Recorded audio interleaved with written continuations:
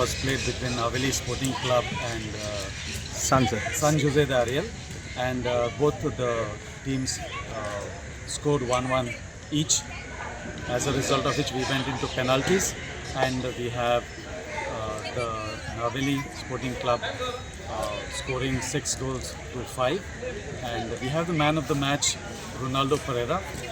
There was a beautiful skills, beautiful game, and beautiful opportunities that were missed also.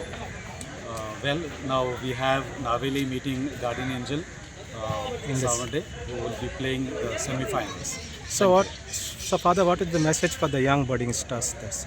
Message that I would give the young buddies today is get yourselves involved in games. Okay, that is something that will keep you busy, that will keep you away from vices, and definitely good health, good mind, and a lot of interaction with other youngsters.